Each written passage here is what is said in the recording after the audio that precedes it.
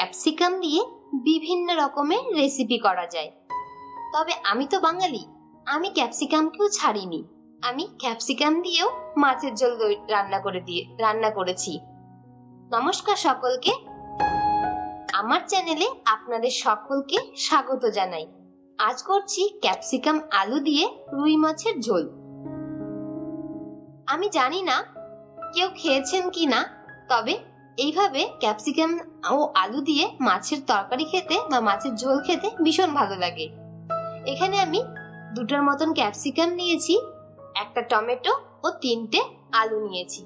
সবার প্রথমে ক্যাপসিকাম গুলো আমি একটু টুকরো করে কেটে নেব। দেখতে পাচ্ছেন কিভাবে আমি ক্যাপসিকাম গুলো কাটতেছি। এখানে আমি দুটো ক্যাপসিকাম নিয়েছি, তবে রান্না করেছি 1.5টা ক্যাপসিকাম আর হাফ রেখে দিয়েছি। প্রথমে ক্যাপসিকাম গুলো আমার কাটা হয়ে গেছে, এবার টমেটো কুচি করে নেব। এখানে টমেটো আমি হাফ দিলাম, একদম স্লাইস করে লম্বা লম্বা করে টমেটো কেটে নিচ্ছি। জানেন তো, আমাদের বাঙালিদের মাছ ছাড়া মুখে ভাত রোচে না, কিন্তু মাছ দিয়ে বিভিন্ন রকম সবজি খেতেও ভীষণ ভালো লাগে। তাছাড়া শুধু মাছ দিয়ে ঝোল খেতেও ভীষণ ভালো লাগে। তো ভাবলাম আজকে ক্যাপসিকাম দিয়ে কেন ঝোলটা করা যায়, তো তার জন্যই আজকে এই রেসিপিটা করা। যাই হোক, রেসিপিটা খেতে কিন্তু ভীষণ ভালো লেগেছিল। এবার আমি আলুগুলো ছোট ছোট করে কেটে নিয়েছি। আলু ক্যাপসিকাম দেখতে ঠিক একই রকম লাগছে। এবার কড়াই বসিয়ে প্রথমে সরষের তেল দিয়ে আলুগুলো ভেজে নেব, তারপরে আলুগুলো উঠিয়ে নেব। একটু লালচে করে ভেজে নিয়েছি। এবার ক্যাপসিকাম গুলো ভেজে নিচ্ছি।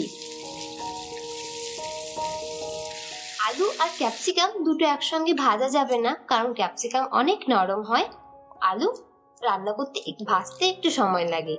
এবার ক্যাপসিকাম উঠিয়ে রেখেছি দুটো, একটি পাত্রেই উঠিয়ে রেখেছিলাম। জিরা ও শুকনো লঙ্কা ফোড়ন দিয়ে আলু ক্যাপসিকাম একসঙ্গে দিয়ে দিয়েছি। মশলাগুলো সম্পূর্ণ দিয়ে স্বাদ মতো হলুদ ও লবণ দিয়ে খুব ভালো মতন কষিয়ে নেব, যতক্ষণ পর্যন্ত না মশলা থেকে তেল ছেড়ে দিচ্ছে। ঠিক সেই পর্যায়ে কষাতে হবে।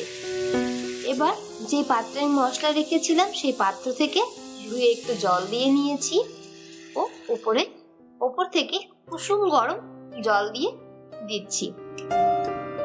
এখানে আমি মাছ ভেজে রেখেছিলাম আগেই, সেই ভাজা মাছগুলো দিয়ে দেব যখন ঝোলে জাল ফুটে উঠবে। এই পর্যায়ে মাছগুলো দিয়ে কভার করে দিতে হবে। এই সময় গ্যাসের ফ্লেম লো টু মিডিয়ামে রাখতে হবে। যেহেতু আমি ইন্ডাকশনে রান্না করছি, এখানে আমি 130 ডিগ্রি টেম্পারেচারে রেখেছি। আর আলু ও ক্যাপসিকাম দুটোই ভাজা ছিল, রান্না করতে খুব বেশি সময় লাগবে না। যখন ঝোল থেকে তেল ছেড়ে দেবে, ঠিক সেই সময় ইন্ডাকশন বন্ধ করে দিয়েছি ও নামিয়ে নিলাম। এই রান্নাটি সত্যি খেতে ভীষণ ভালো হয়েছিল। আপনারাও একবার বাড়িতে এইভাবে ট্রাই করে দেখুন।